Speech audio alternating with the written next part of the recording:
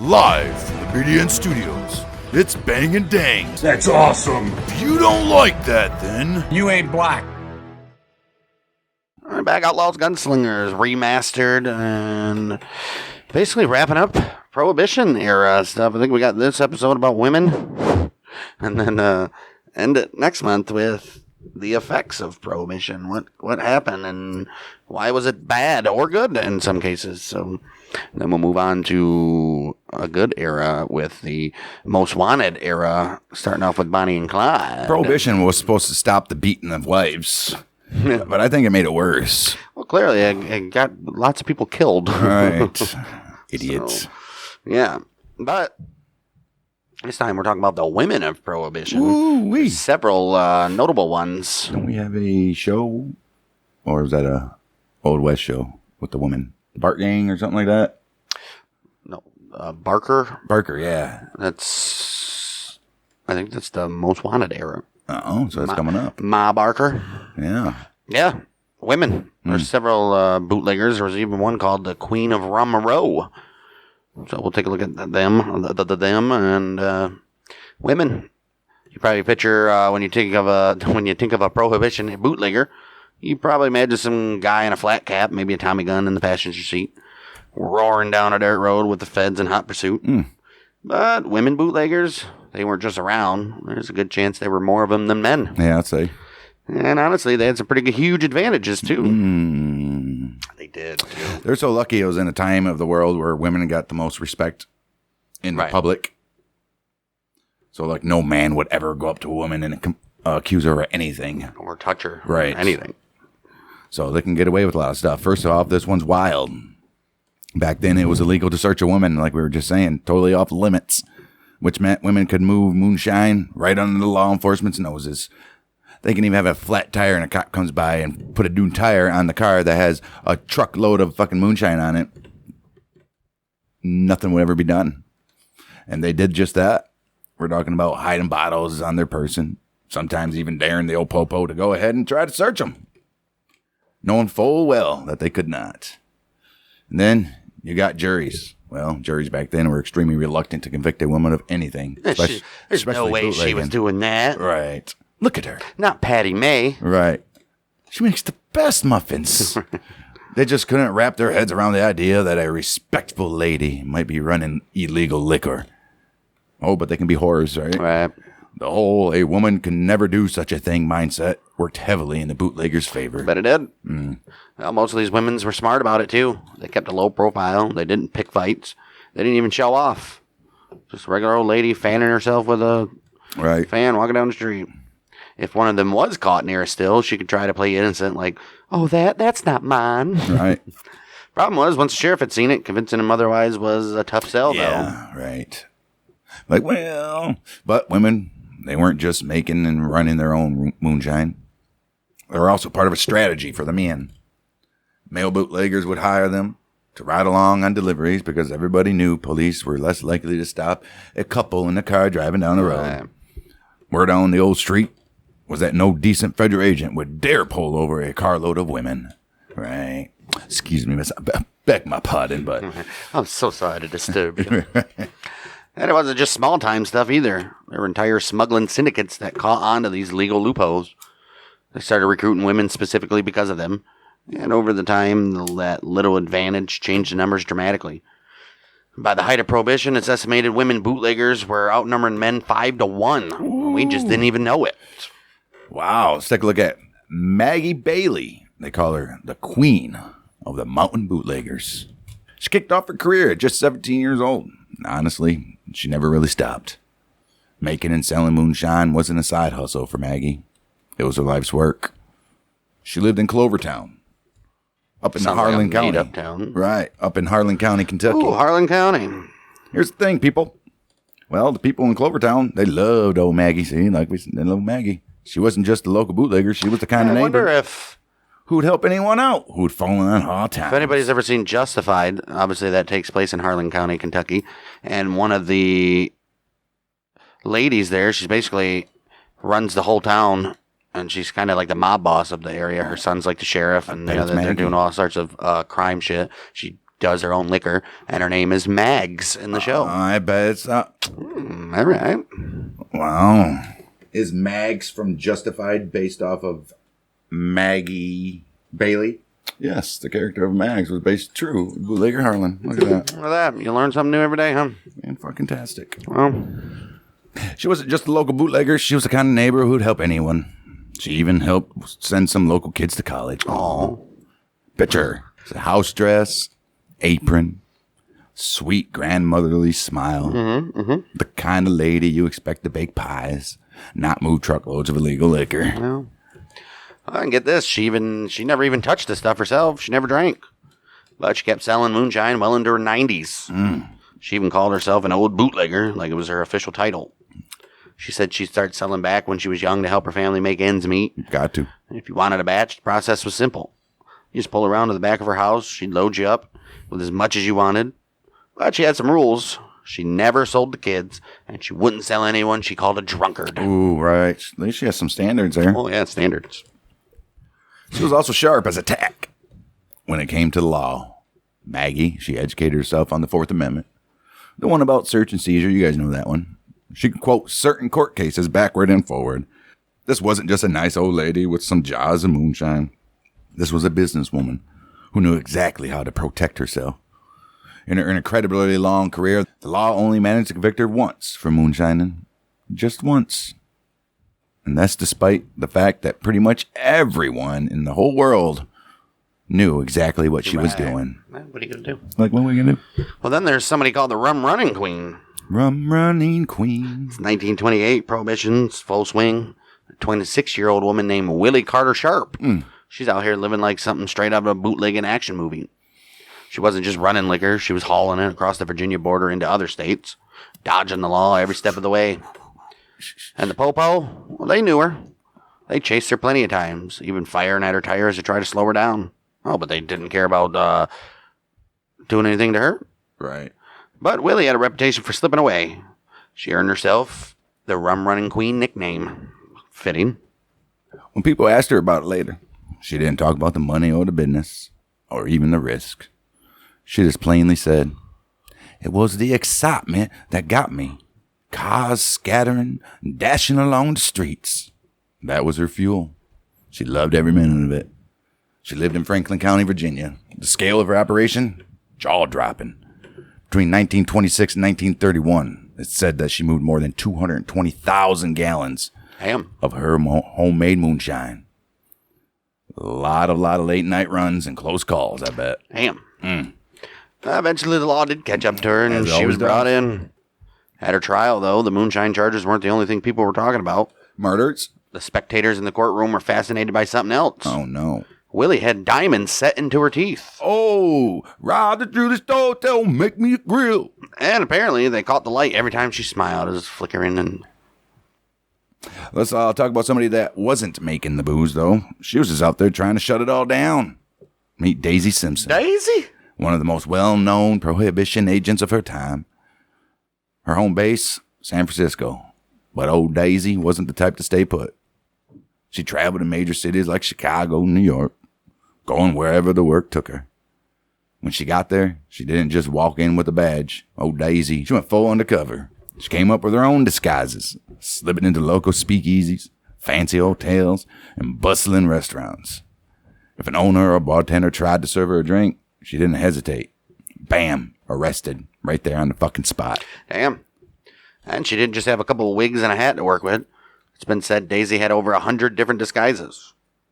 Well, she was just as bold as she was creative as well. In one raid alone, she managed to seize 8,000 gallons of wine. Not bottles, gallons. Holy fuck, dude. What's interesting is that Daisy didn't start out as some squeaky clean model citizen, though.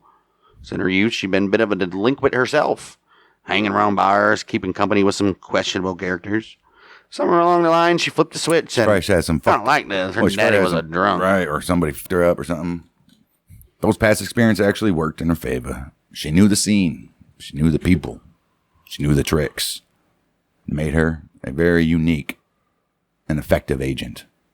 Daisy, she truly believed that she was fighting for her country, standing up against what they saw back then as the evils of the liquor. And she wasn't afraid to take that fight right into the heart of the action. All in the name of truth, in the name of justice. And as I like to say, the American way. The American way, damn it. Shit on people's rights. Let's talk about Betsy Starkman. She's could be one of the most fascinating and controversial figures. We're going to Canada for this one. Oh. She was a Canadian bootlegger up in Canada. Oh, Canada. Right off the bat, there's even mystery around her birthday. Well, some sources say she was born in Poland, April 14th, 1889. But her tombstone says June 21st, 1890. I'll go with that. Either way, she did indeed arrive in Canada around 1900 with her parents, Shyman and Jello Starkman. They settled in Toronto's Ward neighborhood, which was a tough working class district where a lot of new immigrants landed. It's like their New York. Mm-hmm. Growing up, Bessie, she may have worked as seamstress for Eaton's department store as well. We don't know. Right. And when she was 18, she married a bakery driver named Harry Thompson, sometimes recorded as Tobin or Tobin. They did have two daughters, Gertrude and Lily, who they also called Leah. Come on, guys, get your shit straight over here. Damn. Wow, everything shifted, though, in 1912. That's when the couple took in a boarder. His name? Rocco, dude. He's one of the... Yeah, we never did an episode on him because he's Canadian, obviously. But right. Yeah, his name was Rocco Perry. He's an immigrant from Calabria, Italy. Bessie and Rocco started a romance, as you know they would. And she soon left her husband, her children, and even her Jewish faith to be with him. The common law couple first moved to St. Catharines, where Perry was working on a project to expand the Welland Canal. And by 1916, they were in Hamilton. Rocco, he tried his hand at a traveling salesman for a Superior macaroni company. Macaroni. An Italian selling macaroni. Right. And together they opened a small grocery store in a Jewish Italian neighborhood. Hey, look at that. Fuck yeah. But Bessie's name first hit police files when she was charged with keeping a disorderly house, which she was obviously running a brothel. Wow. She claimed she had no idea what her female boarder was up to, but she was convicted anyway. Right. That same year, the Ontario Temperance Act came into effect. It made it illegal to possess liquor or beer outside the home. Oh, wow. Still do it inside, though. Okay. Bars and liquor stores shut down, and Bessie and Rocco, they realized there's far more money in bootlegging than in groceries. And both are good. During Prohibition, Perry, he became known as the king of the bootleggers. And unlike most men in organized crime at the time, he didn't keep women out. In fact, Bessie, she became the real driving force. She was the boss. I bet. Yep, she was the boss, literally. She handled negotiation.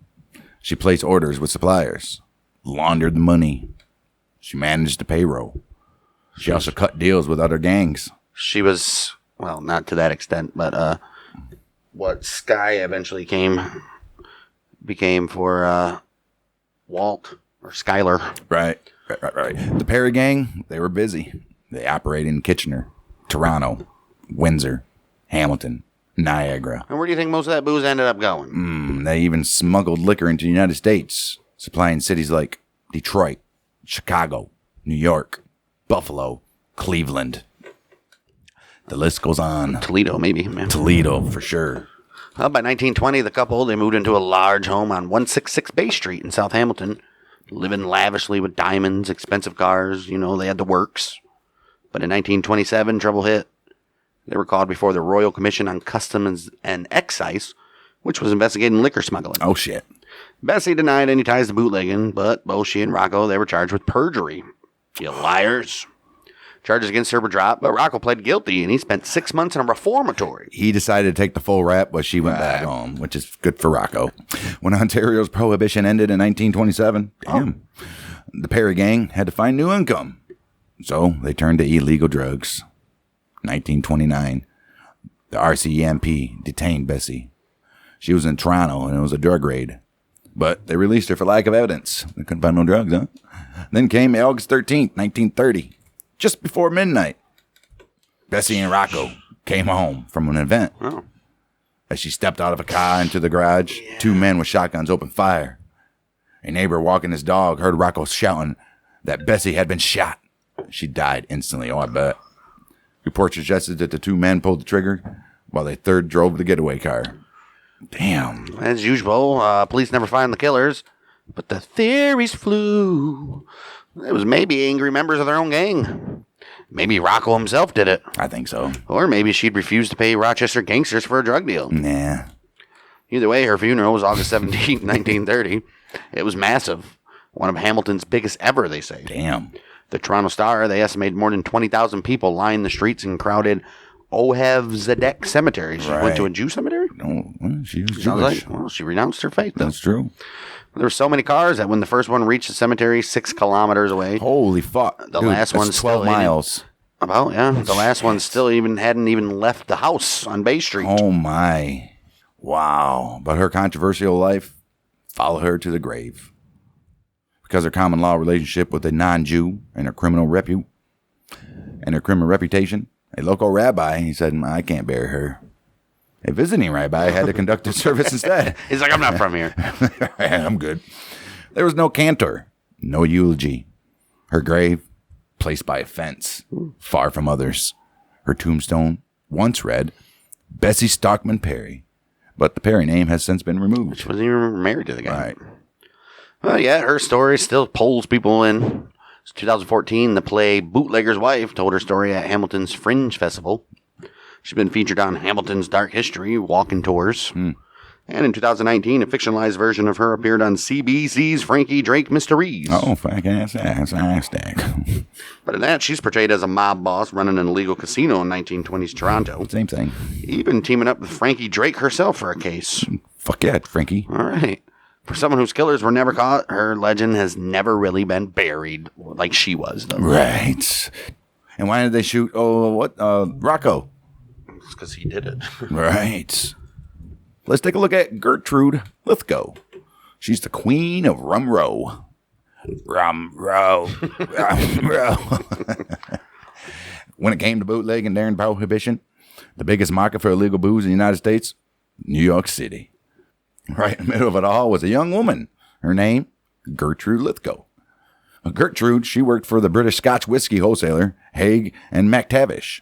But her bosses quickly realized that she was capable of a lot more than just typing away in the steno pool. It's probably stenography. Steno pool. They gave her a much bigger job, setting up a trading post in the Bahamas. Oh, shit. Fuck yeah, I'll take that. At the time, was still British colony. Well, she moved into the Lucerne Hotel in Nassau, and that was a place that had basically become the unofficial headquarters for bootleggers. It's full of colorful characters, which is the polite way of saying crooks, racketeers, and all sorts of shady operators. The place was absolutely swimming in money. Oh. Jim Leggett from Whiskey Magazines once wrote, he said the bar tabs were paid in $1,000 bills. Damn. Every barman could give change for it as well. Oh. And nobody robbed anything, probably, because they're Right. all, Fucking fantastic. Business booming. was a booming. 1919. People still recovering from the Spanish flu.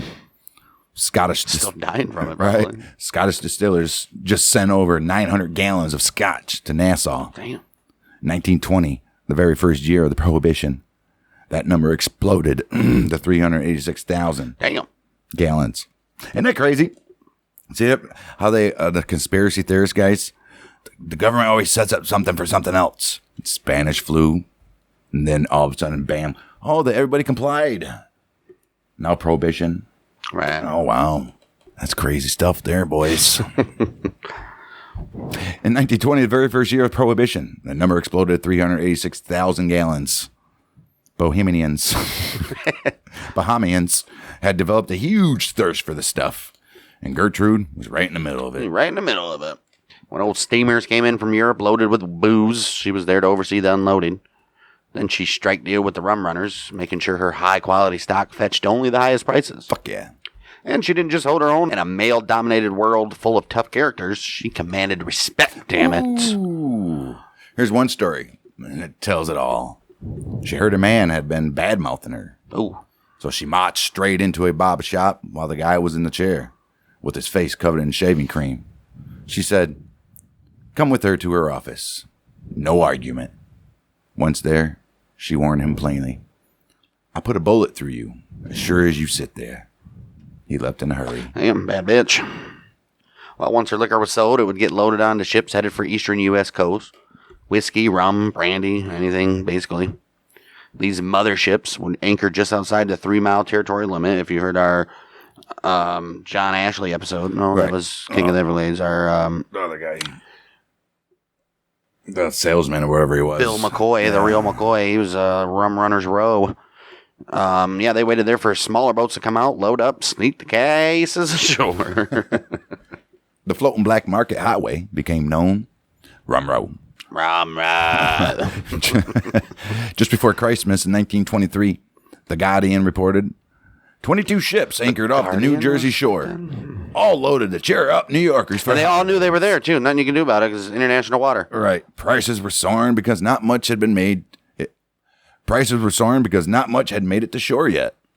Bootleggers even had a pilot named Monty, who flew over Rum Row to map out where the motherships were so that small boats could find them in the dock. Good for you guys. You and me go fishing in the dock. Oh, Gertrude, she even joined the legendary rum runner William McCoy. Hey, Billy. Hey, Bill. On one of his trips. Nice. They carried 5,000 cases of her finest scotch to sell in New York.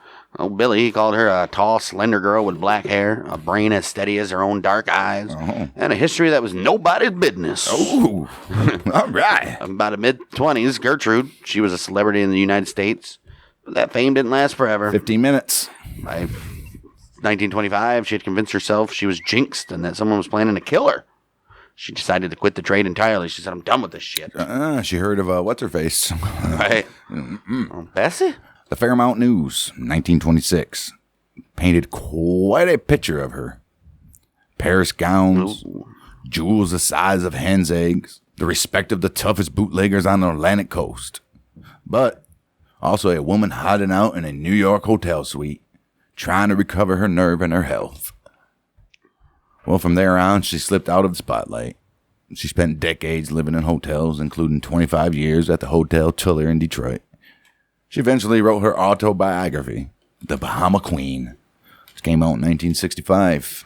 I guess Detroit wasn't good enough for her because she passed away in Los Angeles, June 1974, at the age of 86.